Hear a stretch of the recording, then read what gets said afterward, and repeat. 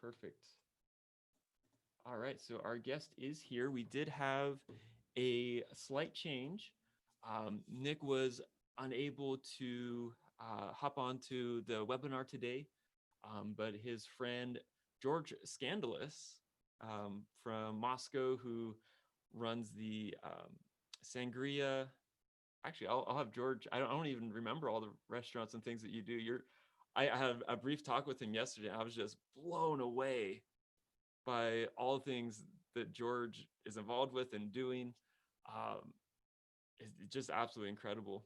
And so before we get started today, I do want to thank the city for always promoting and supporting these webinars. The Chamber of Commerce, they've always helped promote and kind of get people involved with it. And of course, the Small Business Development Center. Aziz is always super, super helpful with just everything across the board. I don't know what the community would do without these organizations all working together. And of course, the Southeastern Washington Economic Development Association, they also help promote these. And it's just incredible the amount of support that we have in this area.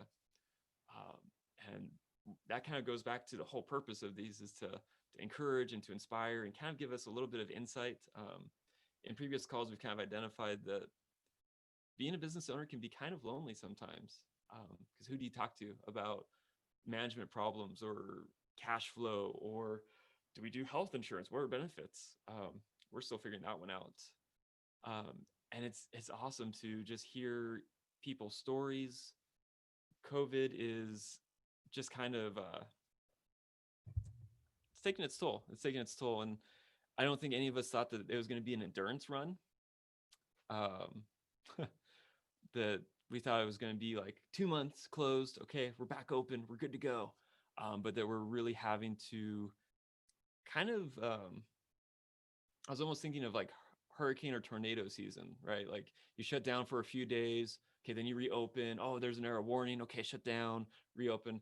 And so I feel like that's kind of been our status for a little bit. But George, I thank you so much for hopping on here. To get started, tell us a little bit about your background and all the businesses that you manage and own and work in. Hi, Adam. Thank you for having me. My name is George Skandalos. I'm one of the chef owners of Sangria Grille and Myelina in Moscow, Idaho. There are a couple of restaurants. I also own the Garden Lounge, which is a bar located in the Moscow Hotel, which is a property that we purchased back in 2018 to relocate Sangria into. But COVID kind of put those kinds of things on hold. So yeah, I'm a local business owner on the Palouse. Gotcha. I love it. And how long have you been owning and running businesses in the Palouse? So I moved to the area in 2003 to open up my first restaurant, Sangria, which is located in the Palouse Mall. And okay. I've been here ever since. I fell in love with the area. I mean, I feel like we have everything you could want in this area due to the fact that we have two land-grant universities. So there's lots of activities always going on, interesting speakers, sports events, community activity, a very engaged community in both cities, which is great. And it's also a very youthful, exciting community because of the vibrancy that the student population brings. So I think it keeps us all young at heart. Absolutely it does. That's one of the reasons I really enjoy the area. And so have you always done chef-y things, or where did that kind of start and begin? So I actually studied management and finance in London, actually at King's College London. Oh, wow. And then I moved back to the US, to California, to help my mother open a second restaurant. She opened a Peruvian restaurant. Well, we ended up opening 6 restaurants in 5 years. And at that point, I was getting a little burnt out of the restaurant business just because our growth was really quick. And, I was young and I was working like 80, 90-hour weeks. And I kind of, I love my mother. She's a great person, but I kind of wanted to do something. I didn't want to work with my mom, let's put it that way. Yeah. And I met this gal from Moscow, Idaho. And she started working at one of the restaurants, became the GM of one of the restaurants. We started dating eventually.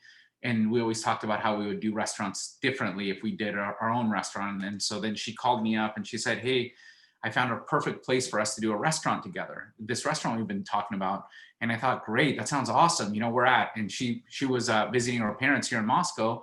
So I'm thinking like Portland, Seattle, you know, and she's like, Moscow, Idaho. And I was like, Moscow, Idaho, there's no way I'm moving to, you know, Moscow, Idaho. So then I eventually she got me to come up and visit, and I visited and I just fell in love with the area. It's just really wonderful. You know, there was a lot of stuff going on. I mean, I was just really surprised, you know, this little cool, like the Palouse is just a really wonderful place to live. And when I moved here, there was just not a lot of dining options. So we saw that there was a lot of opportunity to open a restaurant in this area, and we opened. It was, you know, very successful from the get-go. In 2013, we opened a second restaurant. I mean, since we opened Sangria, there's been a host of great restaurants in both Moscow and Pullman, you know, that I would say would rival anything anywhere.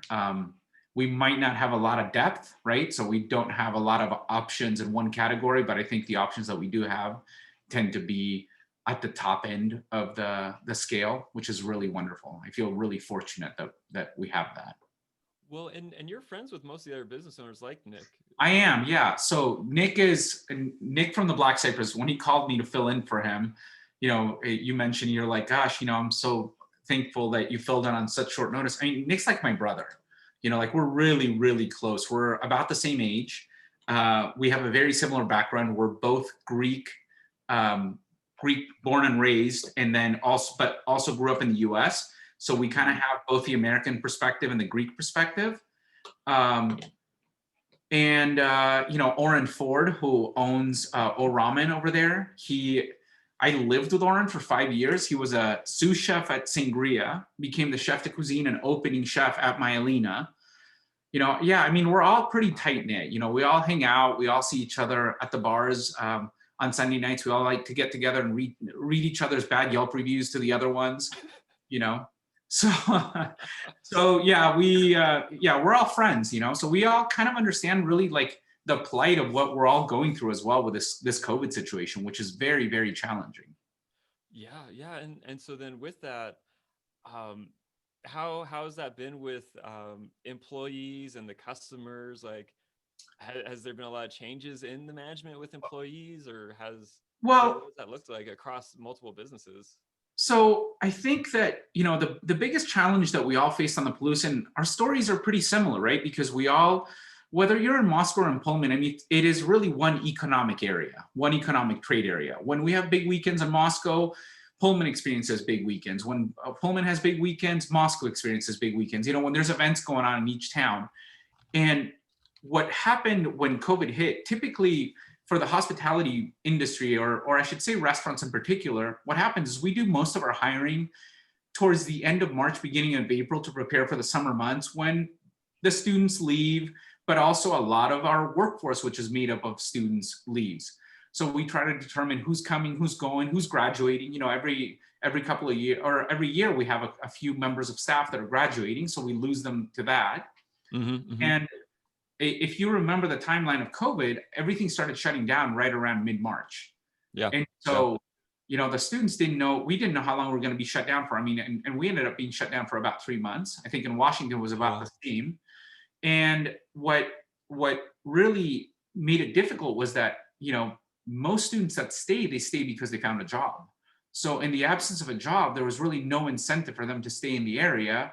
And we didn't know who we would be able to employ or not. So that was very challenging. It also was challenging for the people that were left in the businesses, because the working conditions were very, very different. I mean, if my restaurants are primarily takeout sit-down restaurants, and we became for 3 months a takeout restaurant. So now you're dealing with things such as a lot lower employment requirements, right? So you don't need to have as many people on staff. I should say staffing requirements. But then the other thing, like, believe it or not, this sounds silly, but I mean, at times they were just bored to death. because we were trying to keep more people on than we needed, because we knew that eventually COVID would be over, or at least they would let us reopen our dining rooms. And when that came, we knew that we would have to have employees at the ready to be able to jump in Mhm. to to either train new staff or attend to the guests that were coming in. Well, and with that, did you have government funding or assistance that helped kind of bridge some of those gaps too, with keeping them so many people on at a time?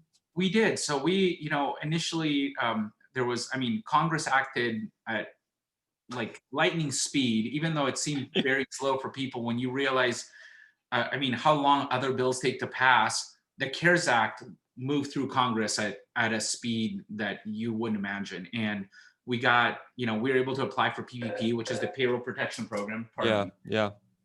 yeah. We were able to apply for the payroll protection program, and we were, able to get money to help us keep people employed. The challenge for restaurants was that initially the guidelines with the payroll protection program were that we had to spend it within 8 weeks. And Yeah. Short of mailing people checks for sitting at home, there was just no way. Our staffing, our business dropped by 75%. So there's no way that Mm. you're going to staff that many people. And luckily they extended it so that we had 24 weeks suspended, and then it made a lot of sense. Yeah. But government assistance was huge, and I hate to say it, but we're gonna need it if independent restaurants are to survive. There's just no way we will see, we will be able to weather COVID without some sort of revitalization package. Yeah, yeah. No, I know it's really tough. And so then with that, has your business model shifted a lot or changed, or like you mentioned doing a lot more takeout? What does that look like? So what we did, we like, I mean, we made the decision on a Friday that we would be shutting down on a Monday. Idaho is not mandated to shut down like Washington was. I think Mhm. we're a week or two behind Washington. I was actually part of a group of restaurateurs that was involved asking the governor to take statewide action, because the problem that we saw was that in the absence of a cohesive policy around COVID, if Pullman has mask ordinances and social distancing ordinances, but Colton doesn't, you know, they shop in Pullman, they eat in Pullman. Yeah. So it would, it could be troublesome to deal with it that way. So anyway, what we did, we pivoted very quickly to online ordering. We had our POS provider was fabulous. He basically waived the fees for all restaurants. He has accounts, Wow. nationwide. They're a smaller company, but they have, like 3,500 customers, and they Mhm. just gave away their online ordering platform because they saw that everybody was in dire straits, and this was not the time to try to profit on the misery of the restaurant industry. And I think that probably earned them some well-earned loyalty. Yeah, yeah. And if I might ask, like what company is that? So it's Versi POS is who we deal with. And, and they're still working on it. They're trying to make it better. It was interesting. We got a letter recently from the CEO of the company saying, hey, we're working on this. We're updating this platform to make it better. And, I spoke with the techs, and they said, hey, it can be clunky, et cetera. And I wrote them back a letter saying, thank you so much for doing this, because this made a huge difference. Because we're talking about when COVID hit for the restaurant industry specifically, Mhm. everything that we did was like trying to stitch together a parachute as you were careening towards the earth, Okay. Yeah. So it was very challenging. And that's one of the reasons that for the managers, it was also really challenging, because they were hired to do this kind of job. And all of a sudden they were reinventing processes on the fly, trying to do it as fast as possible, recognizing that we were in an existential crisis. Well, so I know you guys are doing takeout. Do you guys also do delivery? We don't do delivery, Okay. and we don't use any platforms right now to Okay. do delivery. We found that we like to have control, end-to-end control between how the food gets to the guest. And so we haven't done that. We tried doing delivery initially. We had some hiccups, so we stopped doing it. only because, you know, we just didn't know how popular delivery was going to be. And I'm not saying we're opposed to doing it. We probably will bring it back in house again and do it. It's just doing delivery, utilizing the platforms that are currently available. You know, there's a lot of hidden fees. They charge about 30% to do delivery, which is very, very expensive. Like it doesn't leave a lot of margin, especially with the kind of food that we do. Well, yeah, and with that, has your menu shrunk or expanded, or have you added new things for different price points? Because if it's and we talked about this a little bit yesterday, if it's a $30 steak, are people doing that for takeout? Is that Yeah. So, you know, the thing that's interesting, so our menu did shrink. It had to, right? Because our workforce is smaller. Mhm. Also, we lost a lot of people that were experienced cooks. You know, they Oh, okay. either moved on or they left because there wasn't work. I mean, we were shut down in March, April, and May, like completely. So, and then when the unemployment benefits came on, the unemployment benefits were higher than most people are paying. I mean, you know, you're talking about the average person was making about $20 an hour on unemployment, where the pay is nowhere near that. Mhm, And mhm. so people are choosing to stay on unemployment as opposed to coming back. And, you know, I'm not going to force somebody to come back to work. So yeah, so we had to shrink our menu because we just didn't have the staff to be able to cook it. Now we were, you know, it's been challenging. I mean, once we started opening up our dining rooms, we've seen a combination of both. People have been trepidatious about coming and eating in dining rooms, which I totally understand, and that's why we offer takeout. But you know, our numbers just are not what they used to be. Even you know, the Palouse really depends a lot on big event weekends. I mean, this is where we make our, you know, a sizable part of our profit. It's really on those big weekends. And part of the reason that actually our area has the quality of restaurants that you have, the population, the native population of our area could not support the amount of restaurants that we have. That's just, if you Yeah. look at it from an economic standpoint, it doesn't make any sense. And the reason we exist and we have this many restaurants, which is really beneficial for the local population, is because of all the outside events that both Washington State and the University of Idaho bring to town. Yeah, yeah. And so that being said, how would you say your relationship has changed or improved with your employees? Like, are there like are you texting them like daily, like, oh hey, this is what we're doing today. Hey, this is what we're doing tomorrow. Yeah, so you know, I joke around with them that it's like, you know, once COVID is over, hopefully they won't feel like I'm schizophrenic and just constantly going in a different direction, because that's what we've had to do. You know, I Hmm. mean, Hmm. COVID hit again. It's something that probably a lot of different business owners share this sentiment, but it's like, okay, we got to lay everybody off and conserve any cash that we have. Oh, we need to hire everybody back. We need to slow down. We need to speed up. I mean, that happened over and over. We're a takeout restaurant. We're not a takeout restaurant. Gosh, the students are coming back. You know, like, do we open inside dining? You know, there were a lot of Hmm. restaurants that were considering not doing inside dining, and the numbers just didn't bear out. Yeah. So, and right now, you know, the research is mixed in terms of like the safety of eating indoors. So what do? How do you dine indoors safely? Can you opt not to do indoor dining, and what does that mean for your business? You know, because I think a lot of business owners faced with a choice of going out of business or taking the risk of having COVID transmitted inside of the restaurants. That's a hard decision. I wonder what you would do. Yeah, and it's those types of pressures that I don't know that any of us have that we're able to share that with like our common friends. Like as business owners, we can all kind of talk and discern, okay, what does that look like? But that's still absolutely terrifying. Um, and so then with that, have you guys increased your communication with your customers? Like, have you been pushing out emails or social media? Like, what's that been looking like for you? Yeah, so social media became a, we've always done social media. Again, being in a college town, you have a younger population that tends to be early adopters when it comes to Hmm. technology. Hmm. So social media has been one of those things that we've always done, but never on the scale that we do it now. You know, like in the past, it used to be like, let's post a special on Friday night, just kind of reminding people like, hey, we're here. Hmm. And now Hmm. it's like, at one point we're trying to do social media daily. Then we scaled back because it's hard to come up with that much content, right? I mean, Yeah. and that's another thing that was challenging for our managers, because all of a sudden they went from managing dining rooms to managing our digital presence. And so in the main social media outlets that we use for us are Facebook and Instagram. Okay.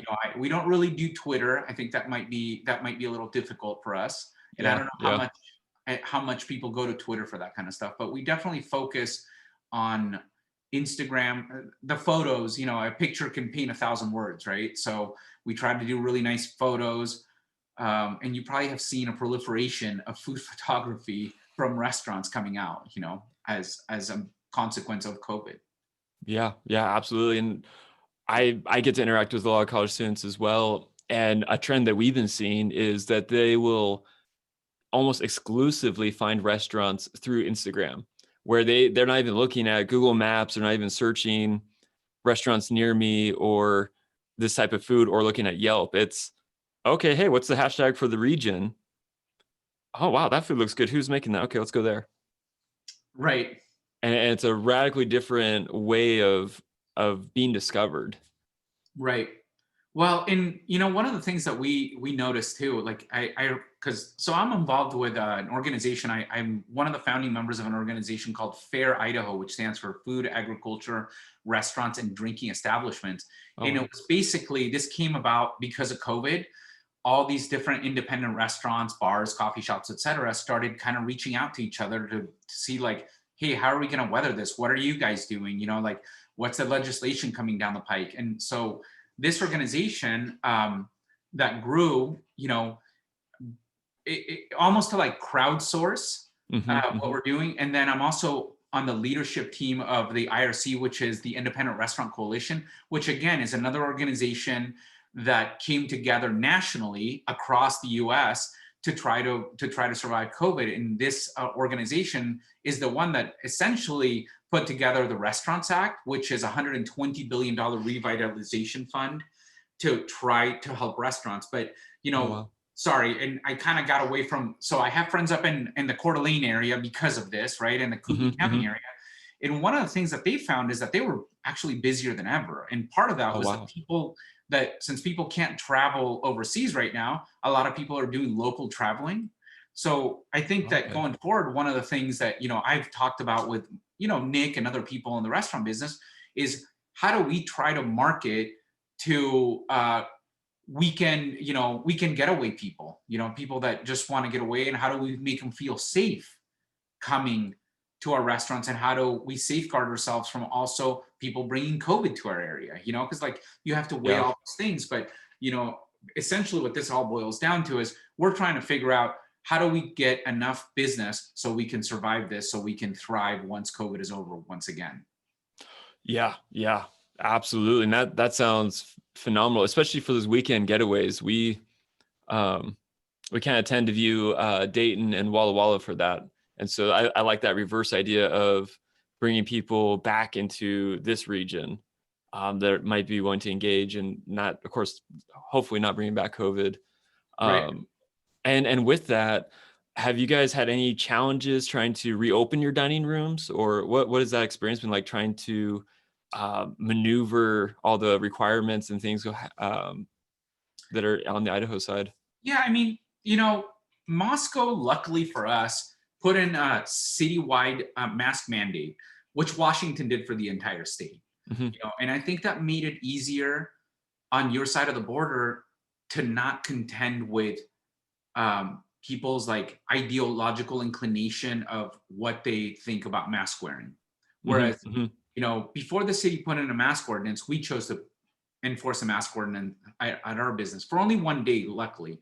But when we had people showing up not wanting to wear masks, that was a tedious conversation to have, especially because you would get some people that would really flare up over this.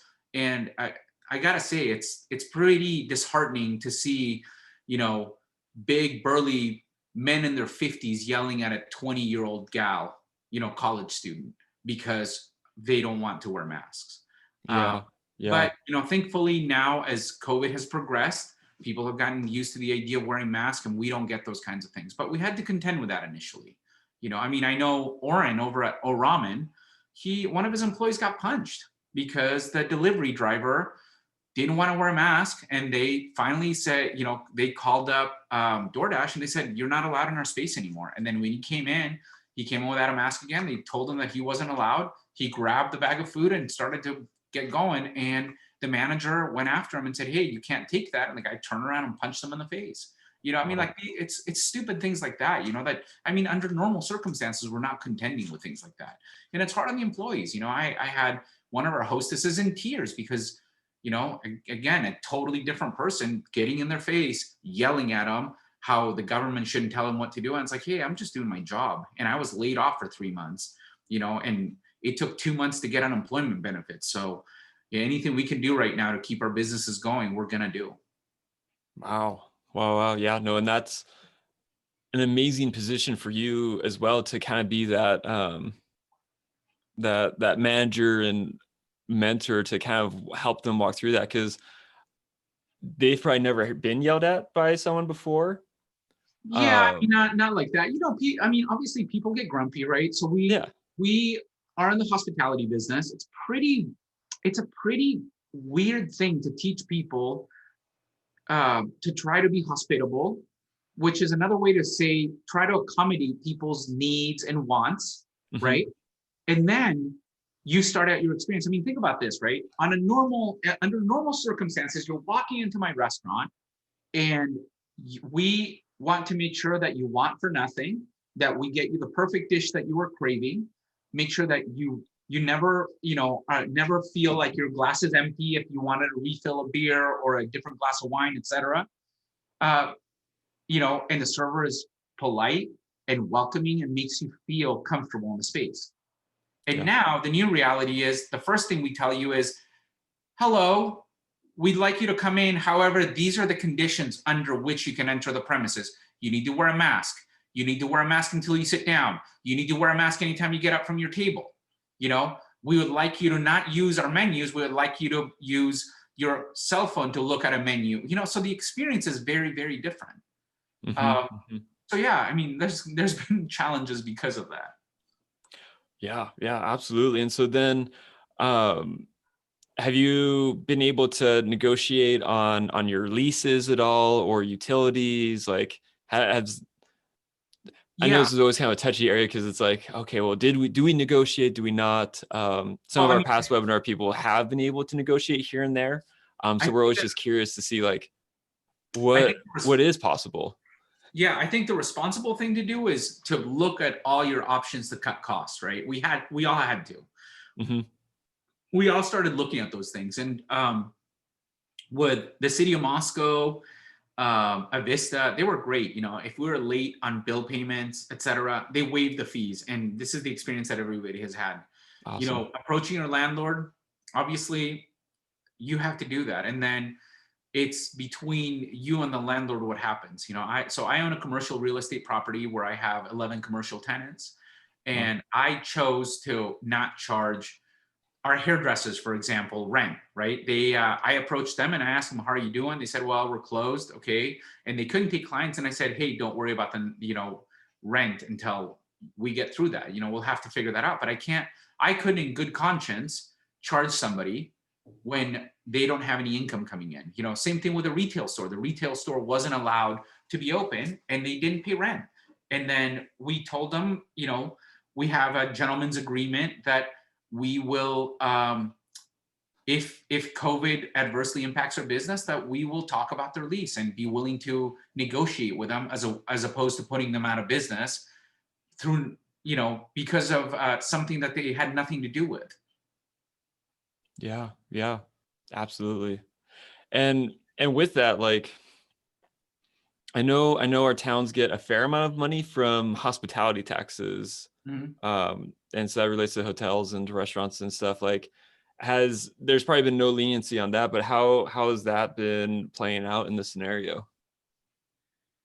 Yeah, I mean, there's been no relief on any sort of tax. And I think our legislators will inevitably have to look at those kinds of things. I think Washington's a little bit better on those kinds of things. I know they passed a lot of laws to protect people in general. Mm-hmm. One of the wonderful things about being in a small town, though, is that I think that, I hear horror stories being on the IRC of restaurateurs like in New York or major metro areas where not only are they out of business, but now the landlords are going after the personal guarantees that they signed to get the space to try to recoup the rent that they're losing out on. And when, and saying personal guarantee means they're going to come after your assets. Yep. That includes your home, right? And some states protect homes, some states don't. But, one person was in tears talking about how they were looking at having to sell their home to be able to satisfy the rent requirements, their rent contract. I believe it was either in New York or New Jersey, and it was terrible. I just don't see that happening in our area, because most of the stuff, living in this community means that most of the people that own the real estate also eat and dine within your community. Yeah. And that one's been interesting to watch in New York City specifically, just because they do have the higher rents. Like for a space like Orange, I think it's anywhere from $6,000 to $9,000 a month. Correct. And then the city passed a thing they basically called it a COVID service tax, and basically saying like, okay, yeah, you can charge a service fee, and now charge your customers 15% more. Oh man.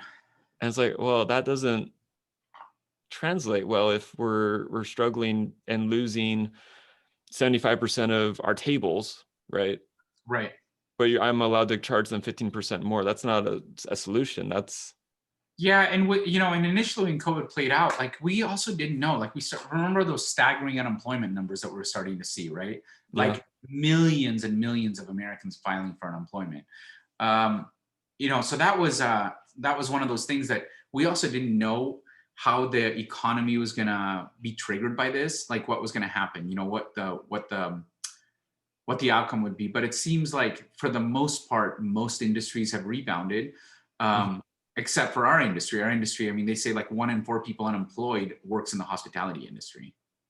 So it's pretty dire. It's a pretty dire outlook for the restaurant industry without help from the government. Okay. And so then how has COVID and all this impacted like family life and friends and just kind of the non-business stuff? Well, I'm not allowed to talk about COVID anymore at home with my girlfriend. Right? Because that's all I talked about, and that's the elephant in the room. I mean, I wake up every morning and I look at where the Senate is in terms of the Restaurants Act, where the Congress is in terms of the Restaurants Act, and initially the Restaurants Act, we're just trying to get our congressional delegation here, as well as I've been working with restaurateurs in Eastern Idaho as well, trying to help organize them, because most of the organizing has been happening on the west side of the state. So myself and Nick actually has been really instrumental in helping organize Eastern Washington, especially the Pullman area, but also helping with Spokane. And, I'm using my contacts and his contacts up in the Coeur d'Alene area, because the Coeur d'Alene people also know the Spokane people. So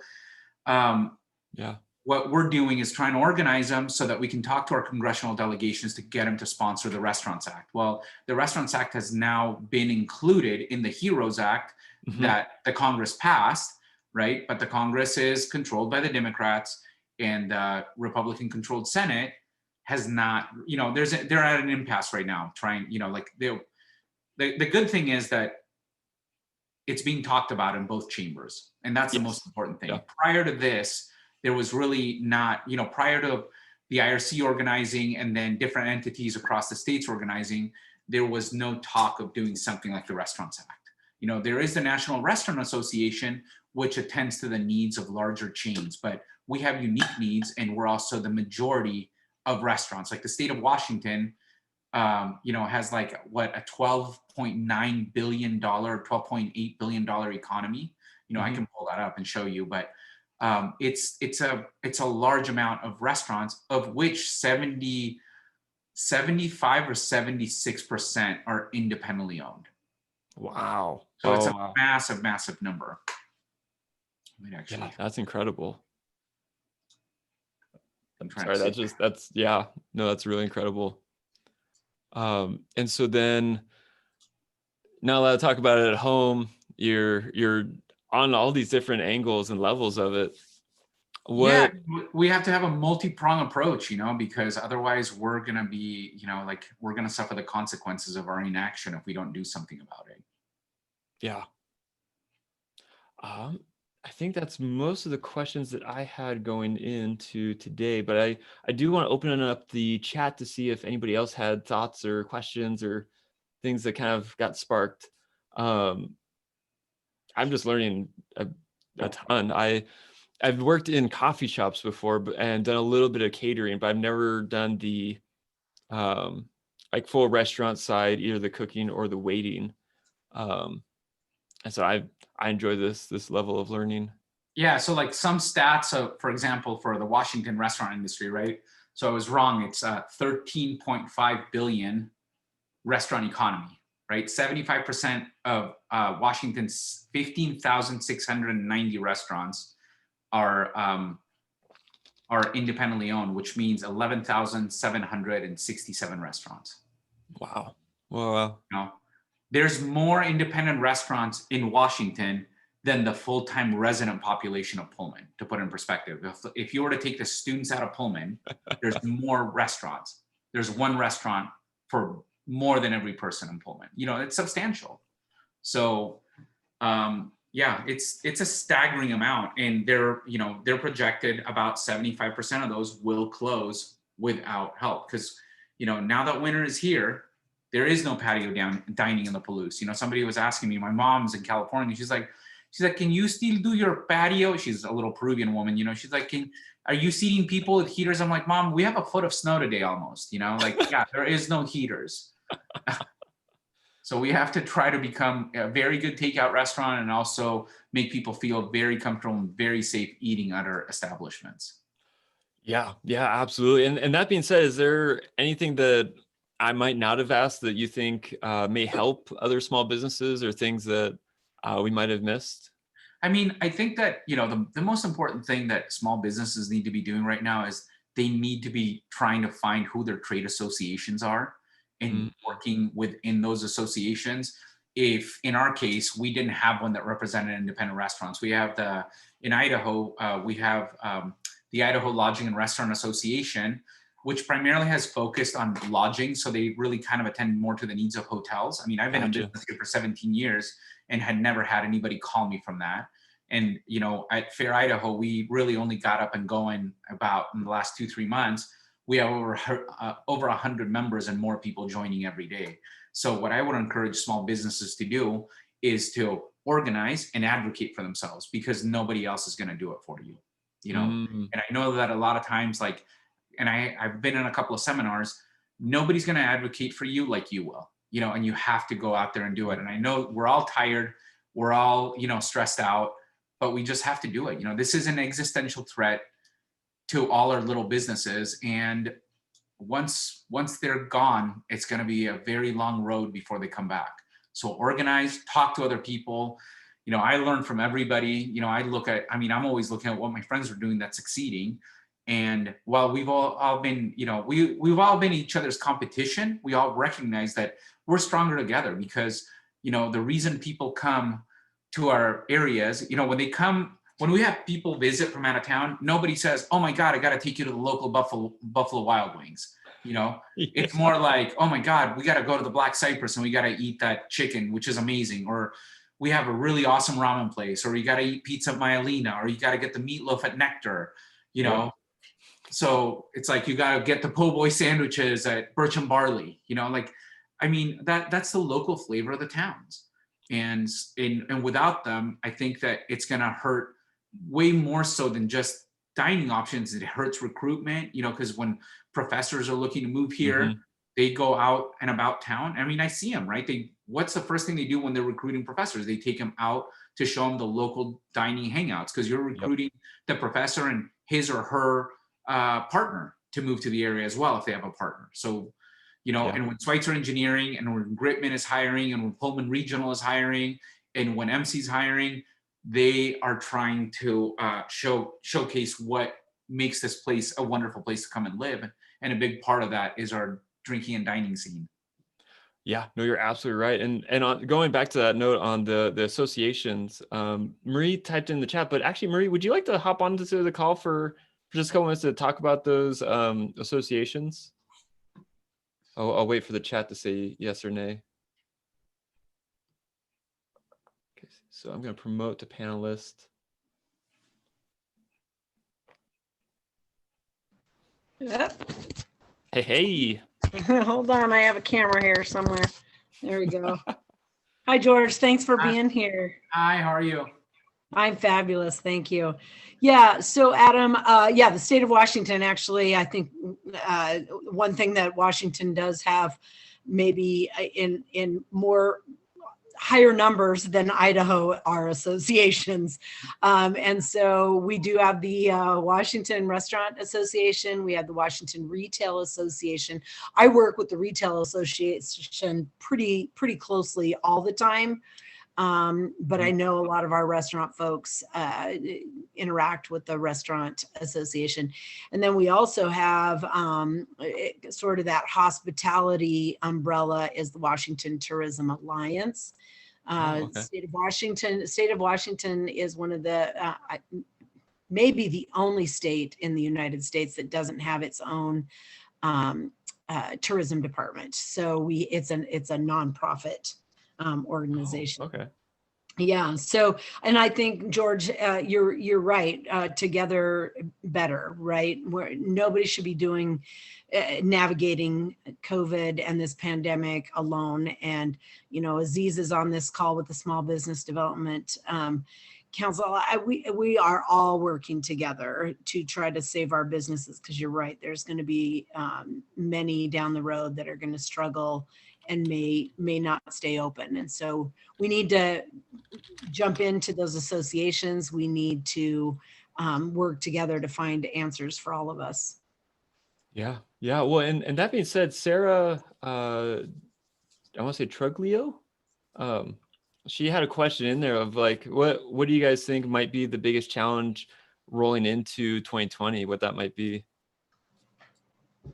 or into 2021, I should say. Are you asking me, or are you asking the restaurants? Both. Well, my response is, I mean, the biggest issue is customers. I mean, and these businesses without customers are going to fail, and we're looking at options around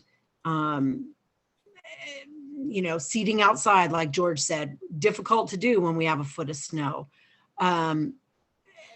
I don't know what the answers are. I don't know. We have a couple of businesses in Pullman that have closed for the winter and are going to re-look at things in January, February, depending on the student population and all those kind of things. I think it's a day-to-day. Everything changes, and not just your decisions change, but other people's decisions change that then affect you as a business. Yeah. How about you, George? What were your thoughts going to our biggest challenges in 2021? Staying open. I think that without, I don't want to sound like a naysayer, but without congressional help, most restaurants will fail. Like, we can't keep going like this. Our restaurants were not designed to be sat at 40% seating capacity. That's just not the reality. Think about, let's just do the really easy economics, right? If your business is down by 40%, you still have a manager for the front of the house. You still have a chef for the back of the house. Your rent is still the same. The lights on. So the only thing that went down was your revenue. And you built all these things based on these revenues being, like this area, believe it or not, is very, very consistent in terms of like, it's very predictable, give or take when the mom's weekend and dad's weekends fall, right? But I mean, I remember it was like, it was almost like clockwork what your business was going to be. So yeah, getting customers back. But I mean, cases are spiking throughout the US right now. Imagine what'll happen if we have another shutdown of 3 months. There's no way we can survive that. Without PVP, I can tell you right now, Sangria would be closed completely, right? Myelina did better than Sangria because we have a massive patio, right? But I mean, the Black Cypress didn't have that option. O Ramen didn't have that option when they were not allowing indoor dining. And if the governors of our state say, hey, we need to shut down indoor dining and get this under control. I just read a report, I think Gritman and I think Pullman Regional, they're full. There is no capacity to take on more people. So the reason they will shut down. Pullman Regional is not. Daily News incorrectly. Daily News incorrectly posted that. I just thought I'd jump in real quick there. Mhm. Excellent. Okay, well that's good news. But in terms of, you know, if we have to get shut down again, there's nothing we can do to innovate and pivot to the extent that we would need to do to be able to survive what would happen if we had to become takeout restaurants. You know, we're not McDonald's, we're not Zips. You know, those guys were set up from the get-go to have a business model where people are not dining in their establishments. And you can tell by the size of the dining rooms typically. Most of their business is done, you know, by a car driving through their takeout window. Yeah. Yeah.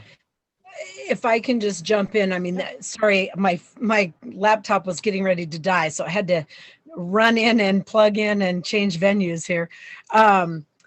If I can just jump in though, George, you're right on the mark on much of that. Without some serious help, and it doesn't mean more loans. I mean, several of our businesses have taken out loans and are already up to here, you know, and honestly, I know some businesses who didn't really even have the capacity to take out a loan because they had already taken out several loans for, you know, increased seating or another building, or they moved from one spot to another pre-COVID, and because things had been going so well, right? Mm-hmm. And then all of a sudden we're at this situation where you couldn't predict that. Another thing coming up in Washington is our minimum wage is going up again in January.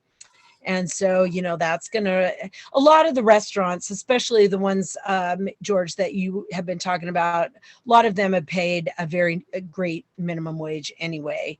And so I don't mean disrespect in that way, but there are some smaller businesses that have not been able to pay that $15 or whatever, and it's going to 13 something. I have forgotten right now, but that's going to impact several of those smaller businesses as well.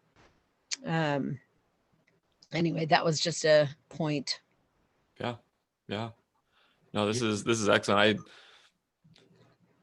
I like this interaction. And we're gonna, for our part, we're gonna try and build more of these types of interactions where we get the business networking that we've haven't been able to gather together, but trying to build that online space available to have these types of talks. Because I've heard of Washington Retail Association.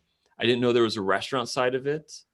And you guys are right. We do need to not be passive.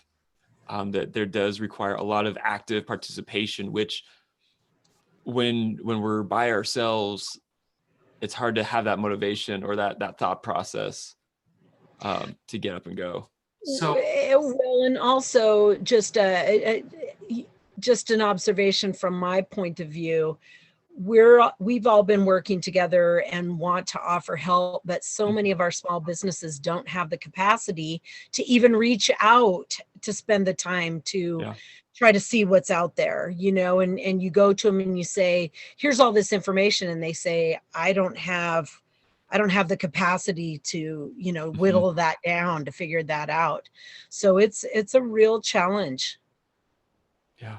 George, you were about to say something too. Well, I mean, I kind of want to echo what Maria is saying about that, you know, and that's why I said join trade associations and people's ability to advocate for themselves.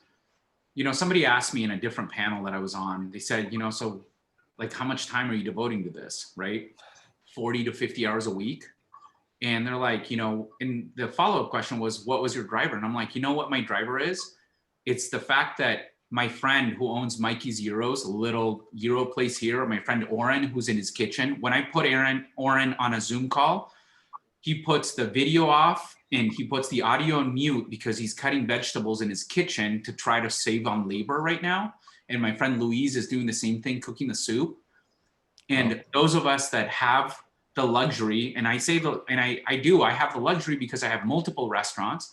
I own a building with 48 tenants, 11 commercial tenants that thankfully are not restaurants.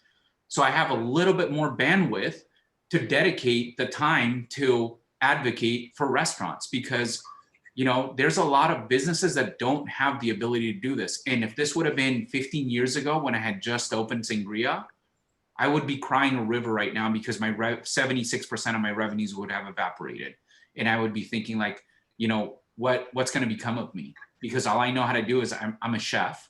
I've worked in the restaurant business. So it's not like I can make a career change very easily right now in my vocation. And so now that I get to work in an office because I'm overseeing multiple restaurants, I'm choosing to dedicate a lot of this time to help people organize. Because collectively, unfortunately, we have a political system where money talks in the decision-making process.